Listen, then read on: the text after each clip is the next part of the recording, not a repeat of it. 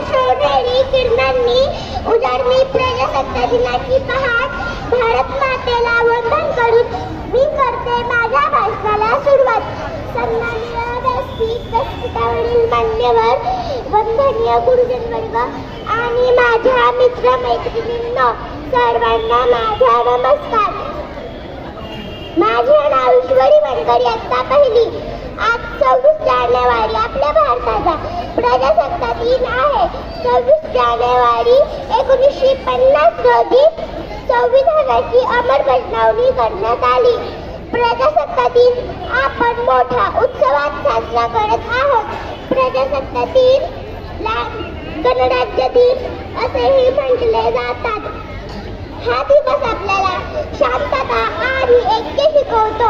आपल्या संविधानाने आपल्याला मूलभूत हक्क व अधिकार दिले आहेत.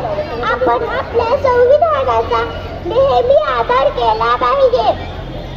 मी भारतीय असल्याचा मला अभिमान आहे. एवढे बोलून मी माझे भाषण संपवते.